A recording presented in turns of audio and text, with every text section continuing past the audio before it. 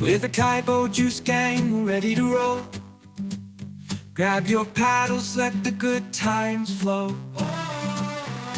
From the great white north to the wild unknown, we take the best canoe trips, make memories we own. Under the stars by the campfire light, we sing our songs and we laugh all night. With our trusty canoes, we explore the land. Every river, every lake, with the Kaibo juice gang. So grab a paddle and join us on the ride, singing songs side by side.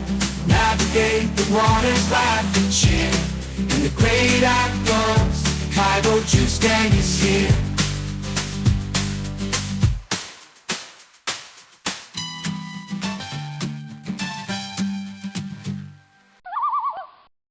Hi, and welcome back to Kaibo Juice. I'm your host, Ronnie Lebo. This is the podcast where we talk about all things backcountry. Joining me in the studio again today are my good friends and annual canoe trippers, Ron and Adam.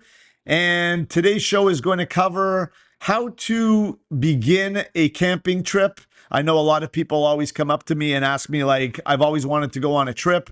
I don't know what I'm supposed to do. I don't know what I need. Today, we're going to try to cover some of those topics. And whether you're doing a car camping trip or a backcountry trip, really changes what you need to bring. We're backcountry campers, or as we like to say, canoe trippers. I know that's a Canadian thing. Americans say canoe camping or kayak camping. But we're going to discuss a little bit as to what we like to bring on our trips to make them go pretty smoothly. And we'll discuss the gear that we like to have when we're out there. Okay, so the first thing, obviously, what you need is a canoe. That's if you're going canoe camping, though. Well, let's talk about canoe camping because that's mainly what we do. That's true. And if you're bringing a car, you can bring whatever you want. When you're car camping, you can throw as much shit in the car as you can possibly fit, and you can bring the kitchen sink and everything. We brought the kitchen sink on our backcountry trips. You do that also. A nice little the Coleman table with the little sink in there. I love having the table. The table is a great touch. So, what type of canoe? That all depends on your needs. So, What types are there, Ron? there's lots. We can start with a fiberglass, which is your lightest, your heaviest, cheapest type of canoe. I thought plastic was the heaviest, cheapest kind of canoe. Well, you have your ABS, but that's mainly whitewater canoeing. So we're not really talking about that. I've done a lot of whitewater canoeing. I've got 2 whitewater canoes. But for normal backcountry canoe camping, you wouldn't bring one unless you're doing a river trip. And if you're doing a river trip, then, that's, again, different type of trip. I think it also depends if you're going to be portaging or if you're going to be paddling in. Yeah, so, I have 2 flat water canoes. One is carbon fiber, which is my new one, and the other one's a Kevlar Spectra mix. So they're nice and light, but as a consequence, they're not as sturdy. They're great for open water, but not great for river trips. So, but when I started, my first canoe was a fiberglass canoe, which of course broke in half when I brought it down a river, and that's when I realized that you needed a river canoe. Did you walk out of that one? I walked 15 kilometers north of Lake Superior to get to the road in that one, but that's for a different time. So we're talking about what we need: a canoe Or a kayak. or a kayak. You can have a 2-man kayak. The thing with kayaks, You have to go lighter. you do, but there's surprisingly a lot of room in the kayaks because you've got the 2 holds at the front and the back. You can throw a lot of stuff in there. But you have to pack differently, a lot differently. When you're doing a kayak, you have to put everything in dry bags and fit it in. When you're doing canoe camping, you could put everything into a barrel or into a backpack and That's right. take it that way. So, okay, so you need a canoe. Then what else do we need? But that's almost like saying you need a car to get there. I truly believe that. I mean, it's just a vehicle as far as going where you're going.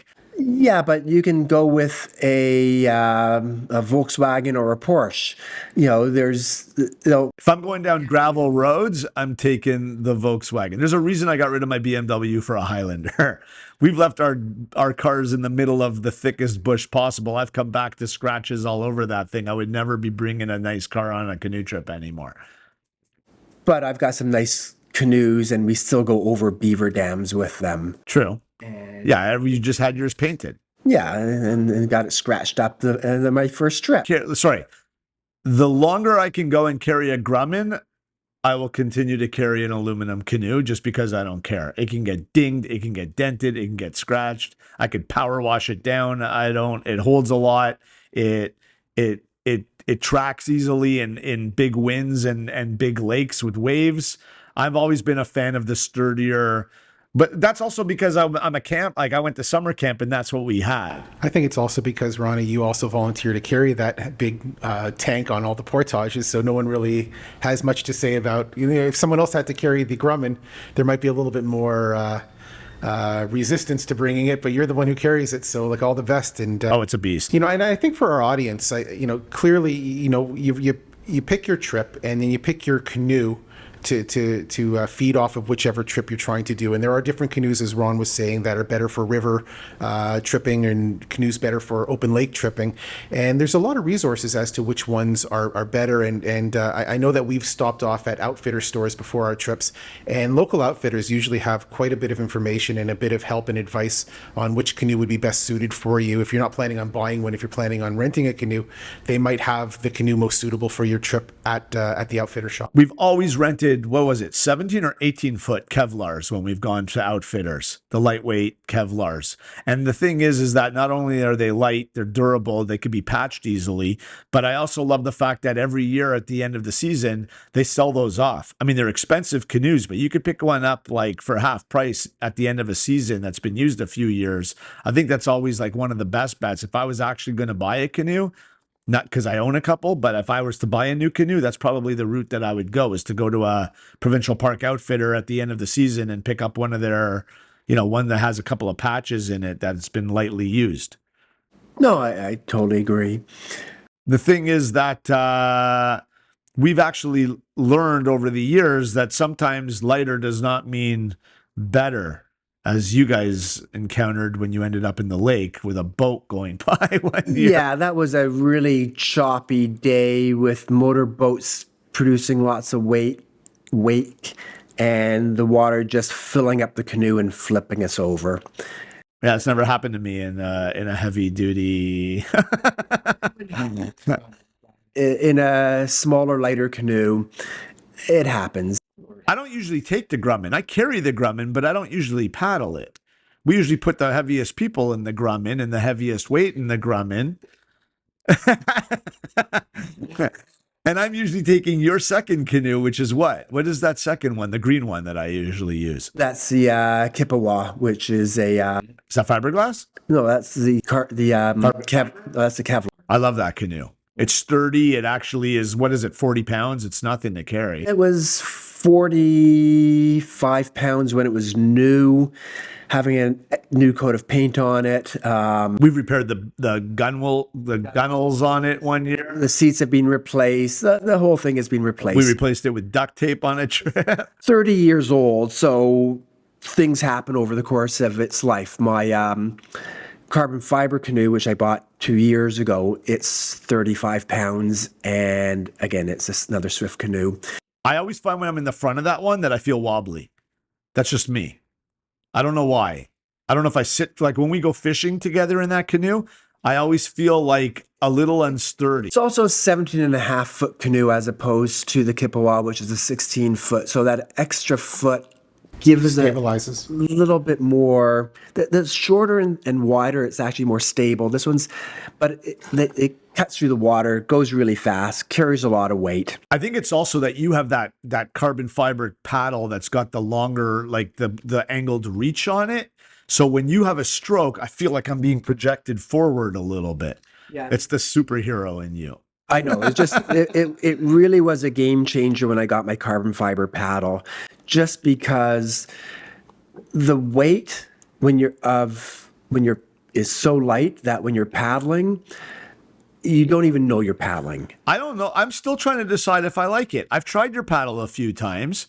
I'm still the old school, like I like the heavy wood with a good beaver tail on it more than a willow blade. I've never been a fan of a willow blade. I much prefer the beaver tail. Yeah, but it takes a while to get used to that paddle because you're not you initially you don't think you're doing anything. Yeah, I think that's what it is. And until you actually get used to paddling harder, so you're pulling in more water, so you're using the same amount of energy as if you had a heavier canoe and paddling less, then that's why it just seems like I'm pulling a bit harder just because of that.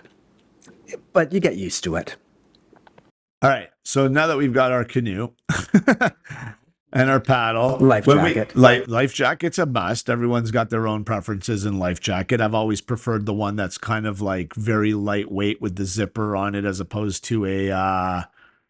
Who was it that once brought the one that's got like the full padding on it and like the type you would see on the Titanic? I love those. That was Gord. But we also wear our life jackets. Always. People, Lots of times people just, as long as you have the life jacket in the canoe, that's the legal responsibility. You Yeah, do but not it's- have to be wearing one. I don't agree with that. I think that when you're in the canoe, you should always be wearing it. And I make you guys wear it all the time. And there's a reason for that. We always see people that have the canoes in front of them, the life jackets in front of them in the canoe. We've seen too many instances where chaos happens and you end up in the lake. And I always tell people this, it is way easier to like collect yourself and all your gear and everything like that that's floating everywhere when you're floating.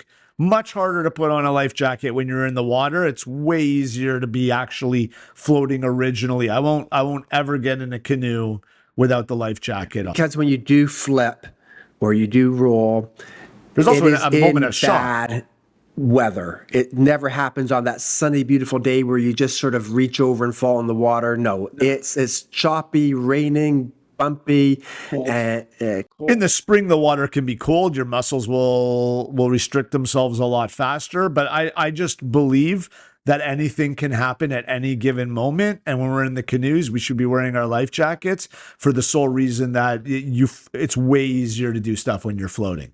No, I concur, and Ronnie insists on all of us wearing our life jackets in the canoes in the water. And how many times do we walk by or see other parties going past us and they don't have their life jackets on? And as soon as they're out of ear reach, we have conversations that hopefully the water doesn't get choppy or it's not too cold. What would happen if? And we just never play that game. And so a good life jacket is essential. You have the one with the zipper. I like a lightweight one with a zipper that ties at the bottom. I don't feel like I'm wearing it. I'm a bigger guy, so I actually went to the Bass Pro and I got the 3X Bass Pro named life jacket. I wear it every time. I'm comfortable. I'm happy with it. But is it like the one that you would water ski in, or is it almost like the one I'm wearing is like a jacket? Yeah, I'm not doing too much water skiing these. No, but you understand what I'm saying. The ones that are all puffy and It's not puffy. It's a vest. It's a life vest. I like the vest. That being said, there was people that want to buy me a present, like get me a gift card at the Bass Pro or at the Cabela's shop, and somebody did, and I bought myself the pull rope inflatable life jacket, which is absolutely fine to have, until Ronnie pointed out to me that those things expand and they inflate upon entry into the water, so it's a one-use item only. And Well, there's canisters, isn't it? Don't you, Ron? You deflate them and then you have to put a new canister in it. How does that help you when you're 2 days into a trip and you don't have any extra canister? it's just a little canister. You just bring in a few extras with you. so what do you think about the self-inflating life jackets, Ron? I've never had one, but if you do not like wearing life jackets, because a lot of people will find it's just too bulky, I'd rather have someone wearing something that's just like a little vest over them. And then if they need it, it inflates up. So personally, I don't mind wearing a life jacket, but I'd rather have someone having that as opposed to not. We've had trips where I'm not wearing a shirt, but I'm wearing the life jacket vest, and it's totally fine with me on, like, even when it's 95, 100 degrees outside.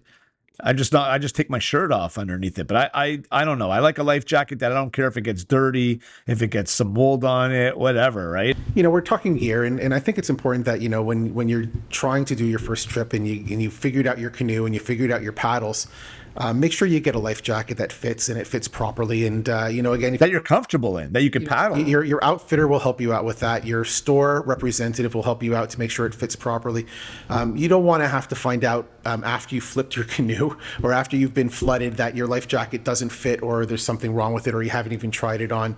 We had one guy come with us at one time, and a sure sign of a weakest link on a trip is they still have the price tags all over their gear. So you don't want to have your price tags on your gear. You want to make sure that your items have been tested and used, and at least you have an idea of how to use them when you're doing these trips. So again, all three of us would basically tell everybody here, wear your life jacket. It's no more clear than that. I mean, we're all capable swimmers. We're all capable in the lake. We can do long distances, but none of us would even think twice about not going on a trip without wearing our life jackets. What's my favorite saying that I always say when it comes Don't to be gear? that guy. No, besides that, I always say the poor pay twice. It's way better to buy something that's going to last you 30 years than something that'll last you 4. The poor pay twice. Look, I say this when it comes to like ice fishing boots. All right. Like we had one guy come and he goes, "Hey, I paid $100 for these boots." And I said, "I paid $200 for these boots." He said, "That's crazy that you paid $200 for these boots." I said, "Okay, I'm going to have these 10 years. That's $20 a year. I'm never cold." Meanwhile, he's going in like an hour or 2 with his feet cold. And his boots are going to last him 3 years.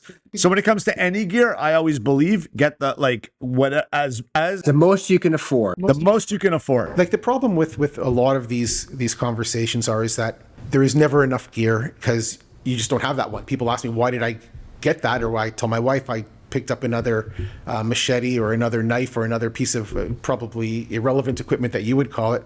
Why did you have to get that?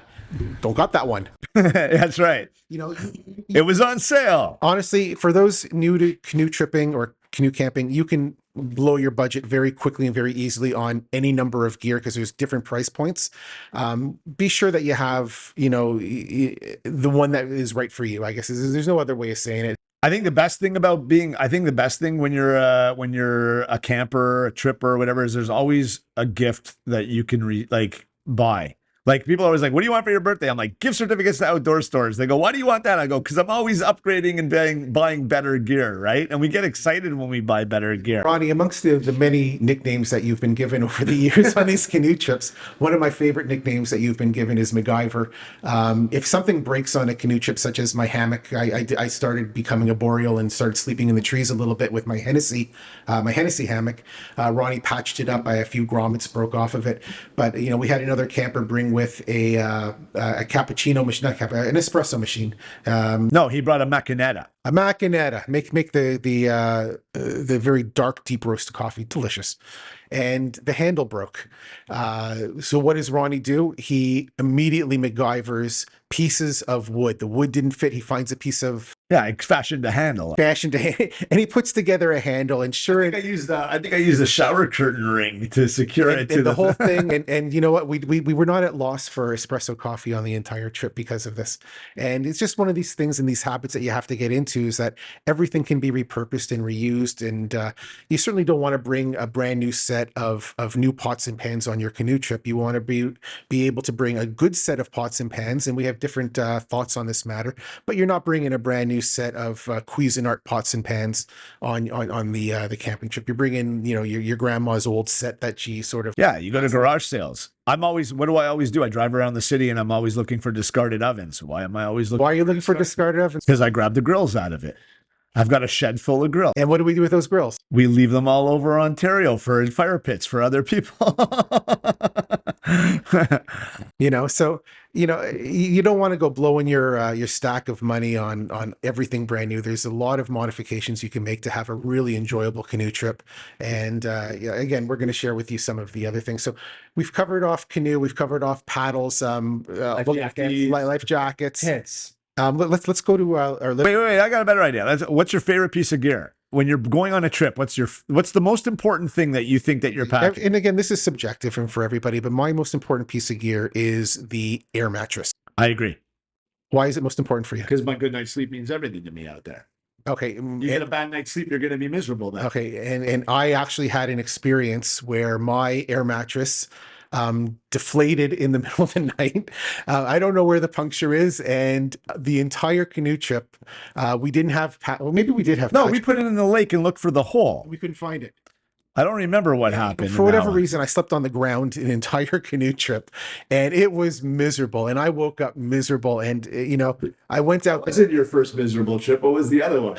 When I fell on the quicksand. No, when your chair broke on the first day. Oh my God! See, when you sat on a rock for 9 days, you were not a happy camper. So the chair and the air mattress are kind of neck and neck in terms of most important. I would say my chair and my air mattress are my two most important. And most people wouldn't even think of bringing a proper camping chair, but a camping chair is a game changer for many of you who want to have a really enjoyable trip. But if you're going for 2 days, it doesn't really matter. Some people sleep on their like they sit on their air mattresses. Some people You can get a little thing that change your air mattress into a chair on the ground. But here's I don't the want to thing. dirty my air mattress like that. Oh, though. who cares? Ronnie, when you're tripping in I do. I want like you're clean when I get back. Okay, so wash we trip mainly in northern Ontario, in the northern parts of Temagami, Algonquin, Chattahoochee, Sudbury area, Blind River. And what people fail to realize is that when we do trip, it gets cold at night. Yeah. And we can see our breath in the morning. Even in August. And in August, right? So it gets cold. And the ground, if you didn't think of it, why do you need an air mattress? You may be thinking like the moss and it might be good. It gets cold, and the cold goes right from your bottom all the way up. And the discomfort you have is just too much to bear sometimes. And you wake up at 5 a.m. waiting for the sun to rise so the beams of rays will warm you up.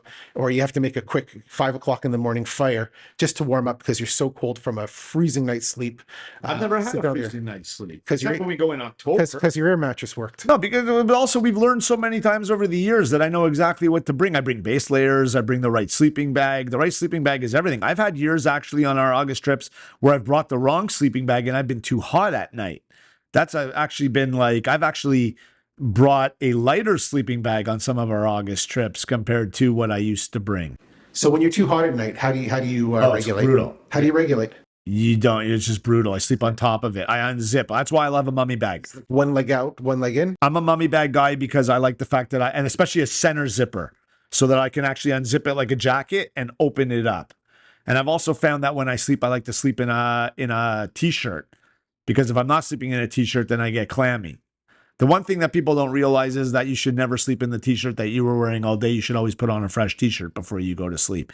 But Same thing you should never wear the clothes that you're wearing during the day. Someone's cold, they have their jeans on or their pants on, and they just go in the sleeping bag with that, not realizing that there's moisture in the pants. And when you then go into the sleeping bag, you get moisture and that gets cold. Always, always, always wear different clothes when you go to bed. I always, when we're going to bed, I always put on a fresh pair of underwear and a fresh t-shirt. And then when I wake up in the morning, that's what I'm wearing for the day. But I've never, very rarely have I ever been cold. We've had nights where it gets down to 0, but I've had plenty of nights where I've been too hot. And that I'm not a fan of at all. But you used to sleep in a hammock. Did you not prefer the hammock over the air mattress? I love the hammock. I thought the going arboreal, going into the trees was the most liberating, the most wonderful sleep that I've ever had. And I had to cut that a little short due to sleep apnea, medical condition, and I have to bring with my CPAP machine. And because of that, That's a whole other show. Right. But my point is it's not suitable for fitting it into, because, I have to bring that, I have to bring my battery, and to hook it all up into a hammock is a little bit more, and to fit the machine in there is a little bit more difficult. But the hammock comes with an underlayer. It comes with a quilt, and that keeps your bottom side nice and cozy while you're drifting off. One thing I love about a hammock, and I have slept in the hammock before, is you don't really need to find a footprint for a tent. Like you could go, basically, if you're hammock camping, and a lot of kayakers like to hammock camp because it's compact and it fits in. Nice and easy. One thing I love about like anywhere you could pull up a canoe becomes your campsite for the night. You don't ever have to find anywhere that you can like put a tent. You just need 2 trees. That's it. And we've got plenty of those in Ontario. So my question is that does a tent make a difference in terms of climate, in terms of rain, in terms of heat and cold? So the answer is obviously yes. And which is better and which is more, is it better to go with a specific tent or a more multitasker tent? I like a higher tent because I'm getting old and I don't like to put my pants on when I'm lower tilting down. I like to be able to stand up. So my tent's 6 feet, which I can almost stand up. But in cold weather, it gets cold. The air comes right through there. I almost feel like I'm sleeping in a giant dome when You I'm in do a. get more warmth there, but we're not doing winter camping, and I do have a winter tent or a 2-season tent. I also have a 3-season tent and a 1-season You have a tent. 4-season tent with the camp stove? No, I do not have a 4-season Yeah, tent. winter we're cottaging. I'm not that guy that want to sleep out in the Not snow. yet. Not yet. Forget it. I've never been that guy that wants to sleep out in the snow. I have, and it's enjoyable. But what are you doing during the day? You're collecting wood, having a fire, and keeping You're warm. making So snowballs. these snowballs. But yeah, the tent. I tend to.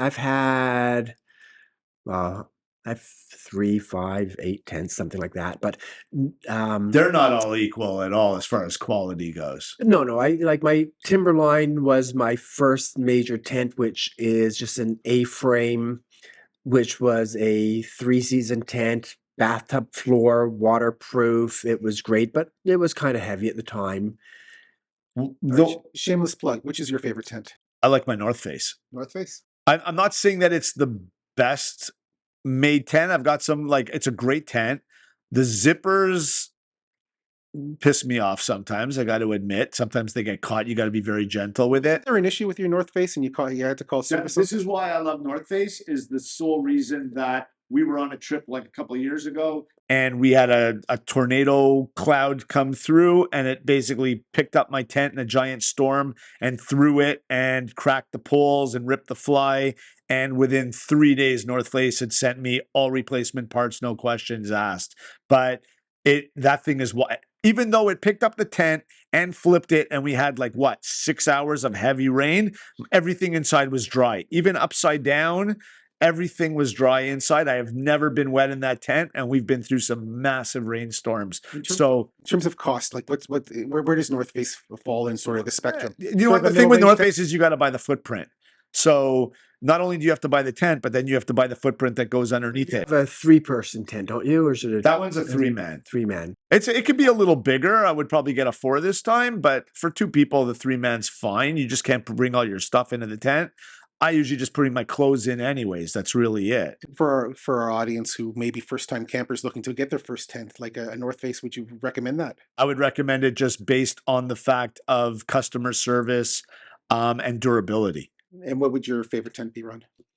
I've had before Ron continues. I've had $35 tents that have been fine, but come a rainstorm, I've got drips on my face where I used to put a fly over it. Pay once or pay twice? What was it you said? The poor pay twice. Exactly. So I've got my big tent now is my Taj Mahal. We call it the Taj Mahal. Your big Agnes? The big Agnes. It's a huge vestibule. I can stand up in it. I love vestibule. What's a vestibule, Ron?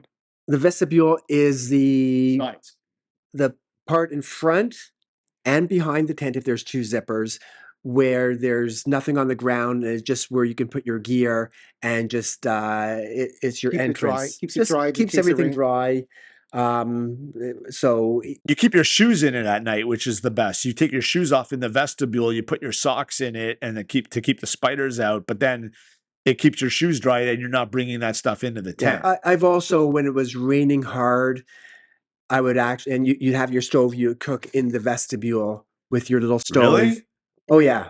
Oh, I've never done that. This is before where I was bringing no tarps. No, you always bring a tarp. When I was younger, I never brought tarps. Either did my dad, which is why we had that Anyways, you make trip do. where we had to go home. You cook there because you never cook inside of a tent. Well, you could if you want bears eating your face in the middle of the night. No, if you cook inside of a tent, you'll probably burn the bottom of the tent. You'll get carbon monoxide poisoning. That's a good one. And then bears will eat your face in the middle of the night. and it'll be smelly and steamy, and you don't want to do that. Also, having open flames inside of a tent, you don't want, because the tent can catch on fire. So that's why you cook it just in the vestibule outside. Can you imagine burning down your tent on like the second night of a trip? There's a I lot of people that have- don't even use tents. They just hang up a tarp and sleep underneath it. It depends on where you're living and where you are, right? If you're in the southern states, that's a good way to go. A lot of people actually don't bring tents on trips. They sleep under the tarp. Yeah, but I'll tell you a story about when I was in Scouts. We had those old tourist tents. I don't know if you know, the big square canvas things. Yeah, like the And army? we were winter camping, and we had the lantern inside of the tent on top of the cooler, and the wind was blowing, and the lantern was going, and the canvas tent touched the lantern, and the tent caught on fire. And so I quickly went into the cooler, grabbed the milk, threw the milk on it, flame went out. There was a hole about that big in the tent. That's an easy way to get your flashlight at night. Yeah. In the middle of winter, I think it was a February trip, we had a hole in the tent for the weekend. Couldn't you patch it? I was like 16 years old at the time. That's why we bring duct tape. I always bring a roll of duct tape. Yeah, not when you're 16. We repaired a And lot of stuff with duct tape. anyways, we had an When you're 16, you don't bring anything. When we went to summer camp, we slept on the ground. We didn't have mattresses. I remember you'd wake up in the morning with a root underneath your bag, your shoulder blade. Do you remember that? You had nothing. We had like this old canvas tent. Did it even have a floor? I don't even know if it had a floor.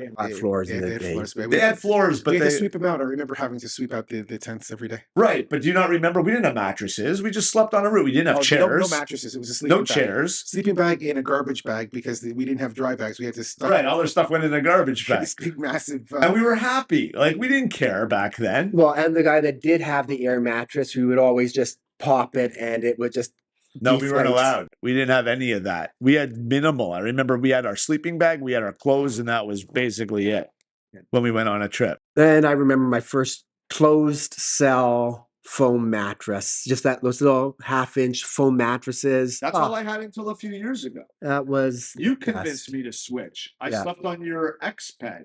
X-Pad? Yeah. That was a game changer for me. Oh yeah. That was the best night. I started off bringing those air mattresses that you buy at like stores for pools. And I would bring like 2 of those in case one deflated. They always deflated. And then I went into like those foam pads. And Thermarest. And then I went to a Thermarest, like 1/2 inch, and I was sleeping on those for years. And then Ron lent me his X-Ped. And now that's a game changer for me. Like I have a Quasar Nemo, which is the 3-inch mattress. But what I found is, and everyone's different. It's like people always like, what kind of mattress should I get? Everyone's different depending on their likes and needs. I don't like when my waffles go vertical, like lengthwise, the baffles. I like when they go horizontally. I find I get a much better night's sleep on that. So everyone's a little different. Like to me, the mattress is the most important thing that I bring. Yeah, I would tend to agree.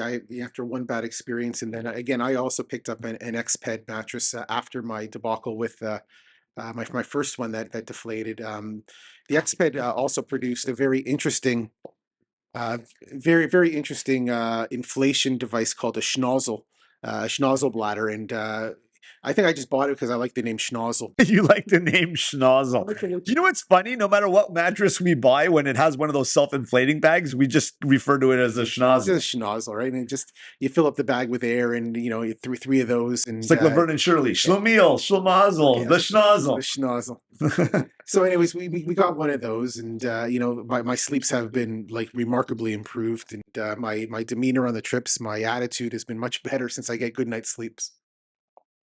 I sleep 8 hours out there on my mattress. I've been to the Ritz-Carlton in San Francisco, and then a week later I was on my mattress in the woods in a tent, and I got a better night's sleep on my mattress in the tent.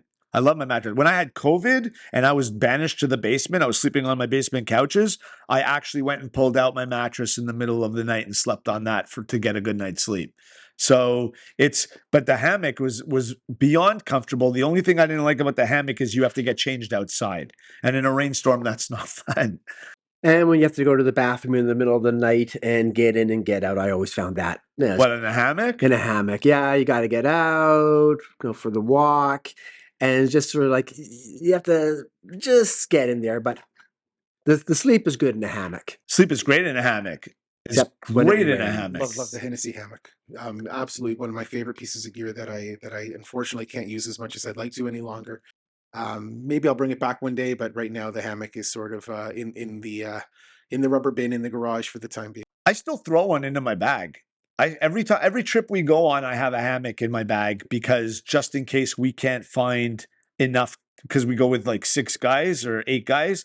If we can't find a footprint to put that many tents, I'll sleep in the hammock that night and have like somebody crawl into as a third into another tent. That's always an emergency.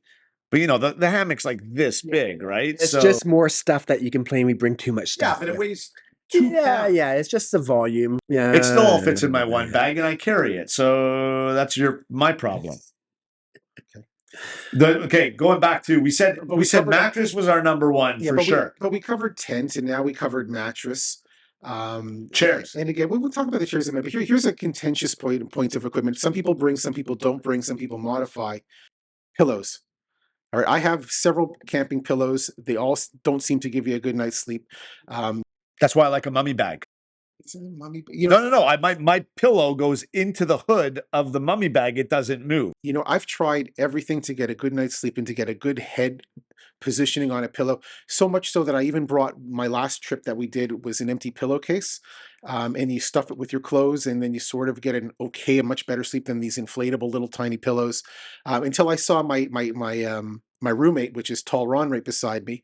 And what does he bring? He brings full-size pillows. It's not a full size. It's a memory foam. It's a little memory foam pillow. Full-size pillows, and he gets the best sleeps of anybody. When we go when I started bringing my wife, It's just a small memory foam pillow. 2 years ago during COVID, I brought my wife on her first canoe trips, and she was like 16 years old at camp, and she loved it. And I brought full size pillows, and that was a game changer. If I was going car camping, I will only bring a full size pillow. I have to preface this. This wasn't on our regular trip. This was on our couples trip. So our tripping season has been extended because everybody wants to get involved in our trip lifestyle.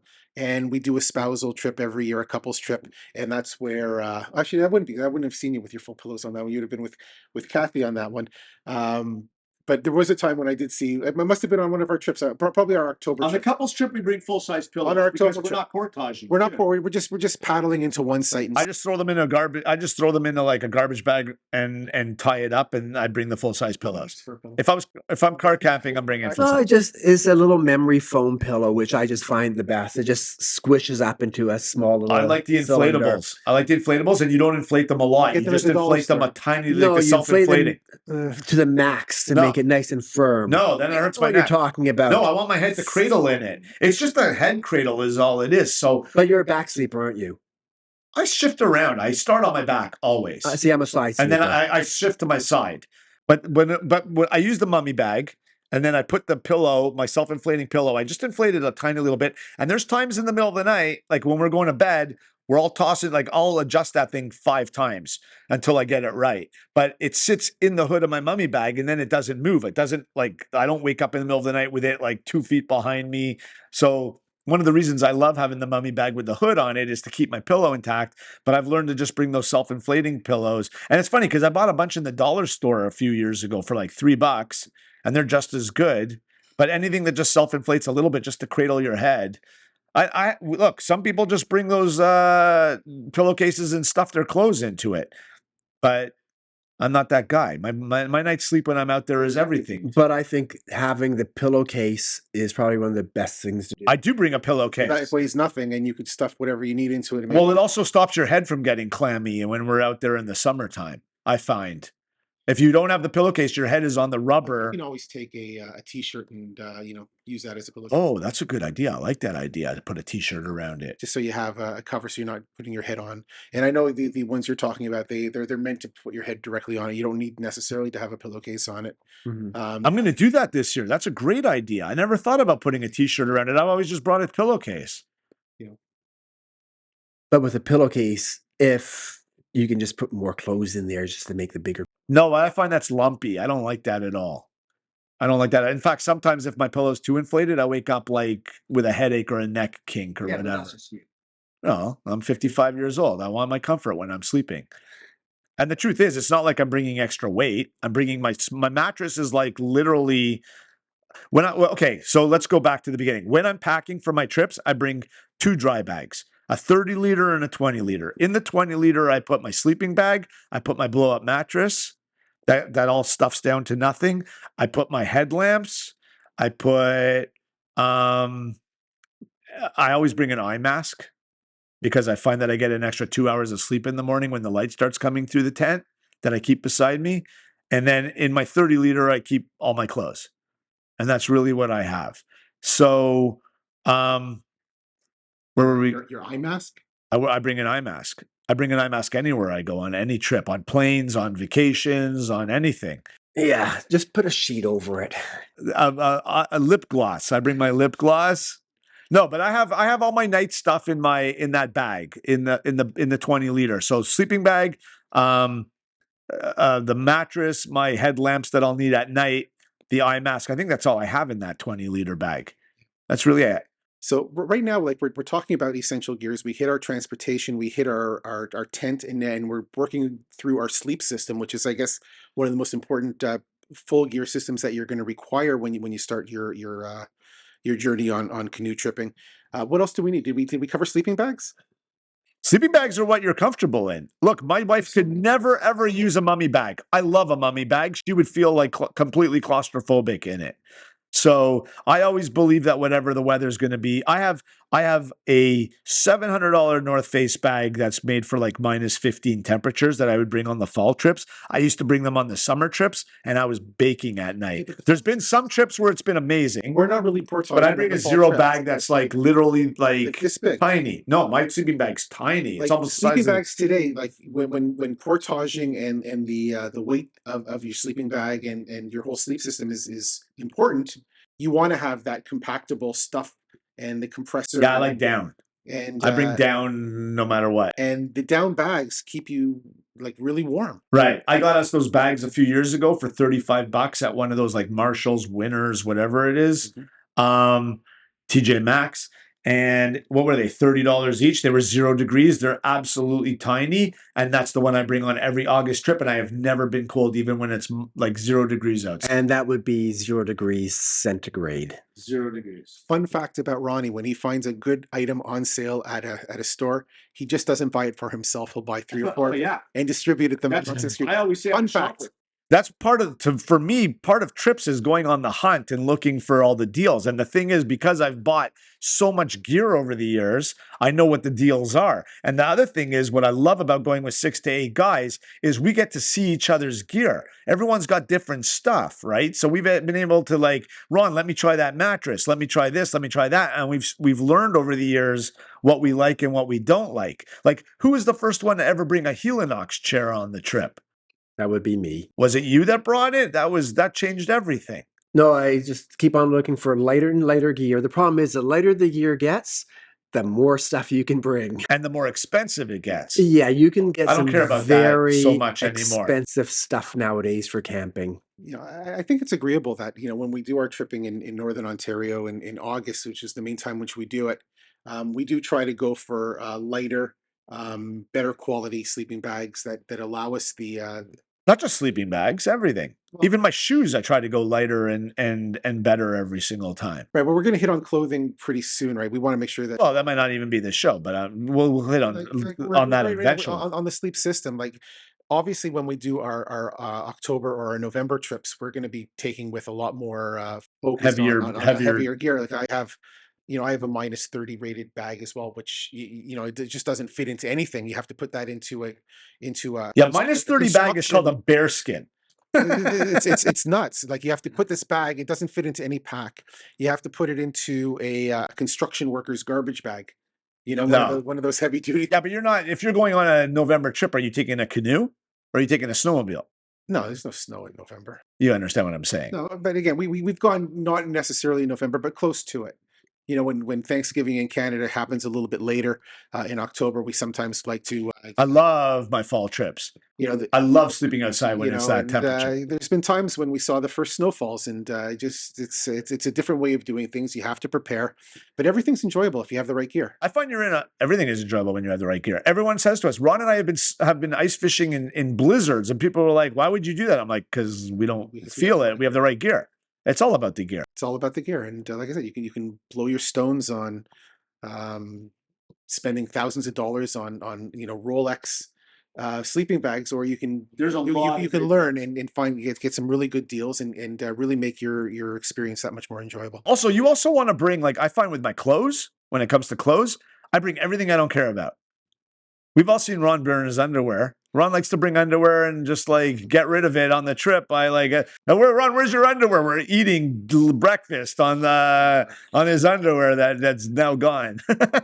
You see, less stuff to carry. It becomes lighter. Say we can have a whole show about all the mistakes that we've made, and we have a poor sap that came on our trip, and someone told him how important it would be to keep dry feet, so he put his hiking shoes right on the stones by the campfire, and like that's a big no. Don't ever put your shoes, wet or not. And we saw the shoes, and we all said we know how this is going to end up, and your poor buddy didn't have any shoes afterwards. They completely melted. I remember I made him shoelaces out of string that we had. But like you go out and Butcher buy cord. a good pair of gear and like some really nice shoes, and good camping shoes are essential. But you learn how to take care of them, and I guess the first piece of quality advice I can give anybody is don't put your shoes by the fire. Right? I would agree. Don't put your shoes near the fire. I think if you do it right, it can happen. If you can take the insoles out.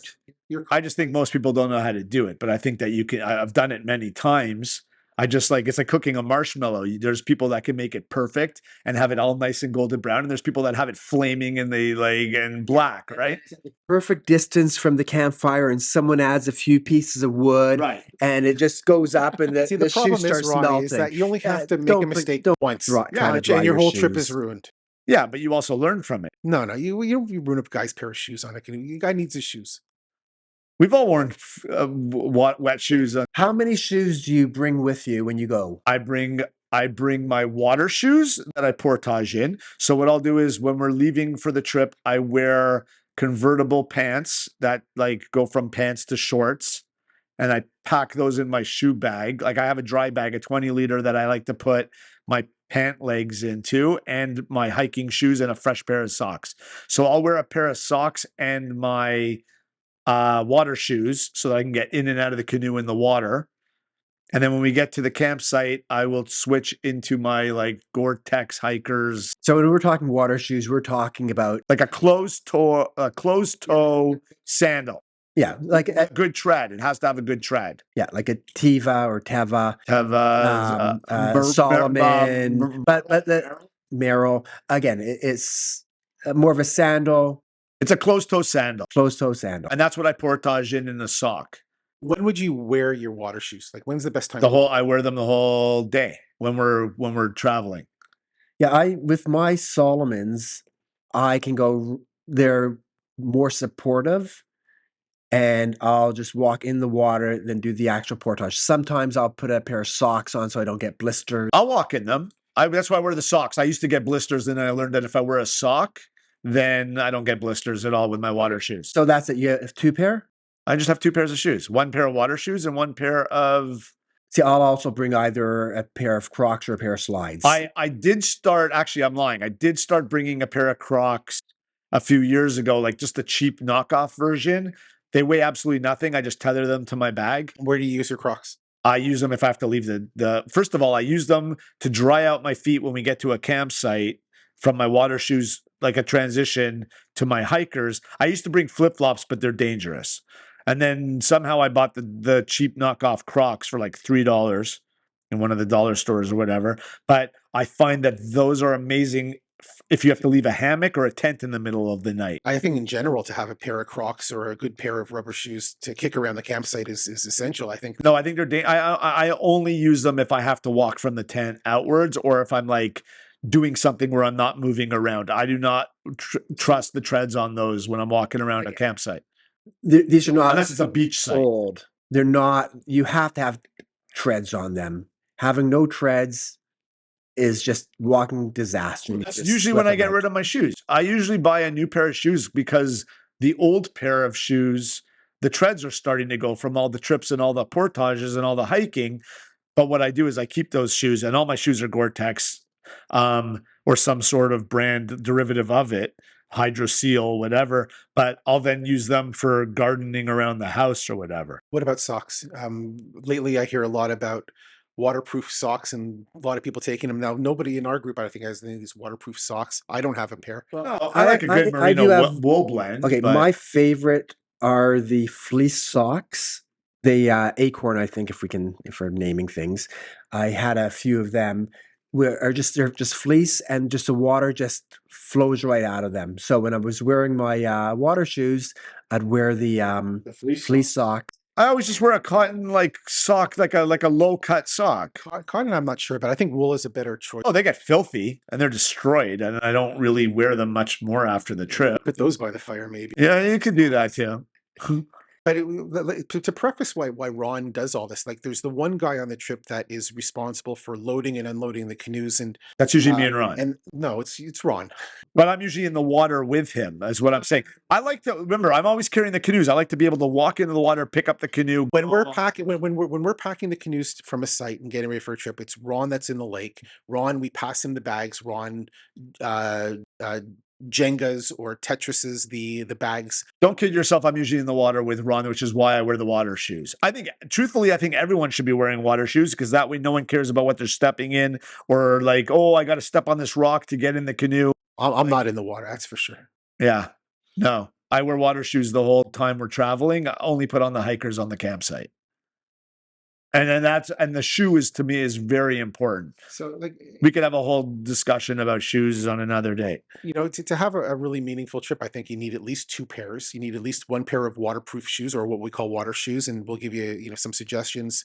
The Merrills, the Solomons, some of the brands, Tevas that we do enjoy, and having a pair I think of it's Teva. Teva. I don't know. I having- think it's Teva. and a pair of regular hiker shoes, which are usually Gore-Tex is best. Put on around the campsite when And you you're put it on dry. the campsite. And then lately we've been having a pair of like flip-flops or rubber shoes to kick around the A campsite. lot of people don't do If you that. have to get up in the middle of the night to take a leak, you want to be able to put something on your feet really, really quickly. That's why I like the Especially for Crocs. guys in their mid-50s, they really got to take a leak fast. And you don't want to walk out with bare feet. No, you get pine needles back in your sleeping Then bag. you get pine needles and that makes you itch, right? You don't want pine needles in your sleeping bag.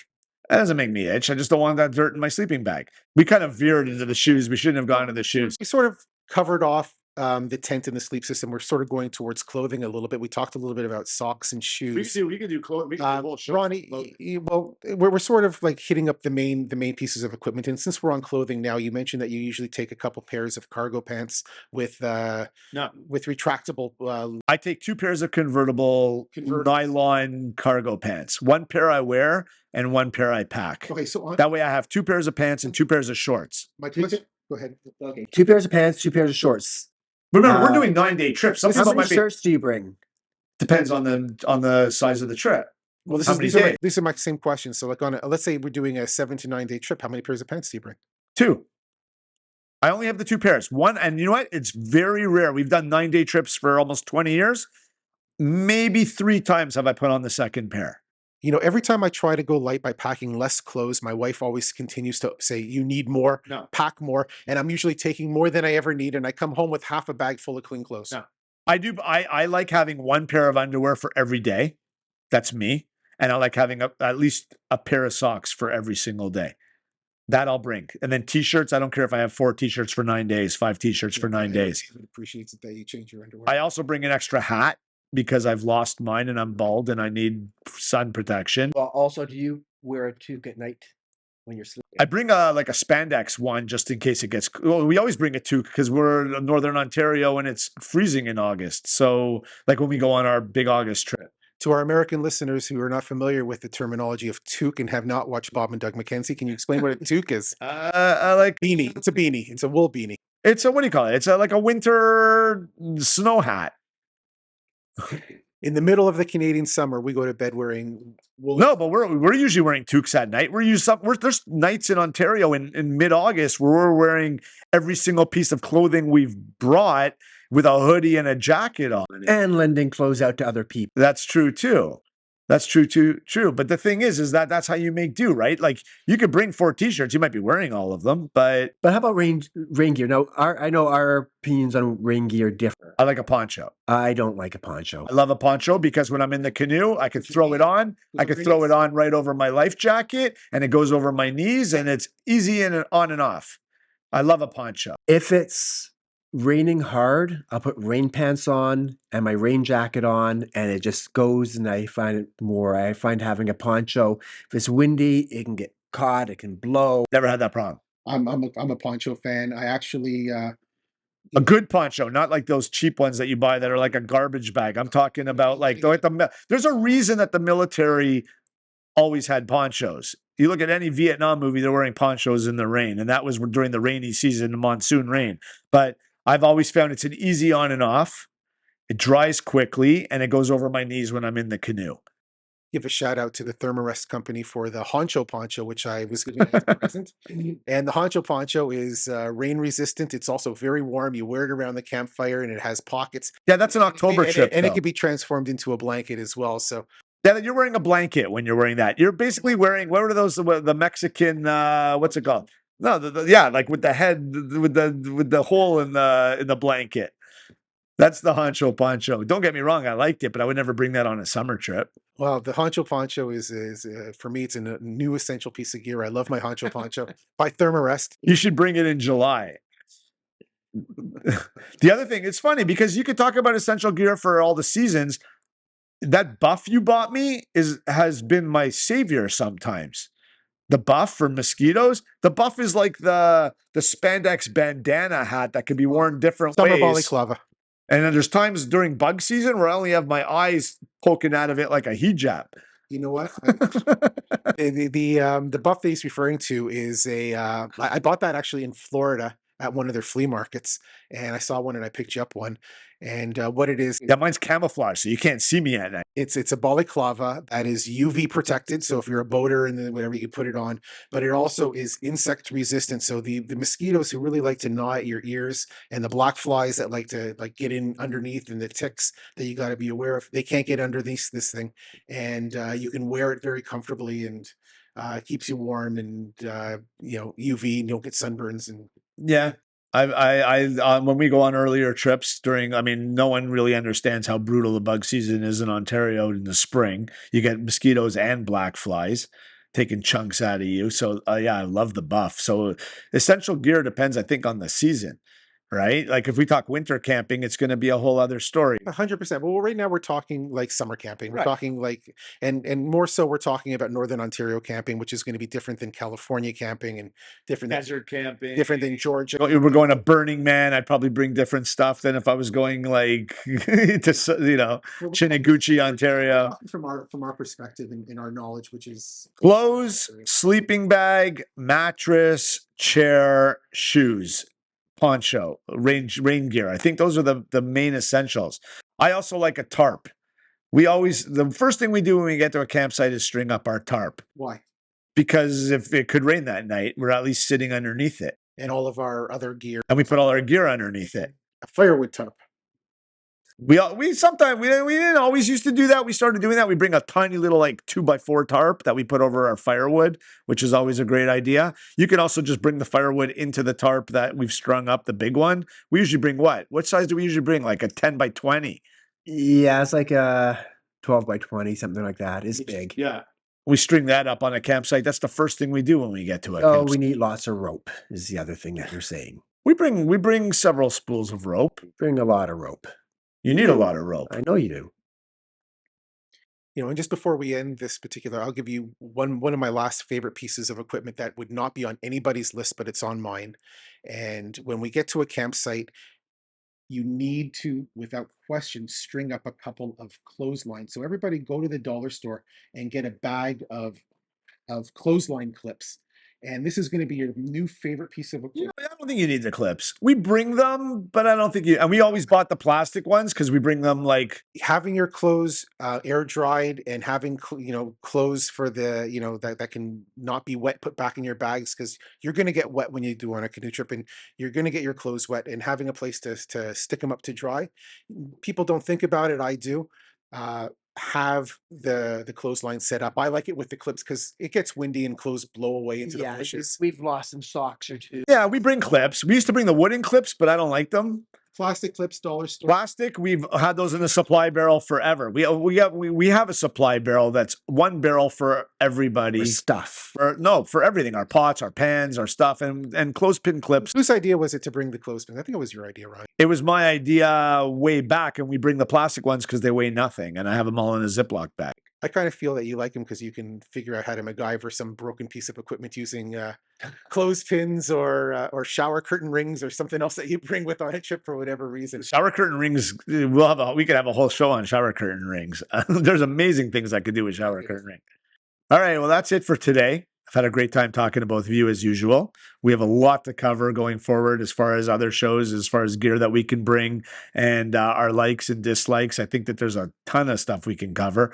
I'd like to thank you both, and we'll be back on the next one. See you soon.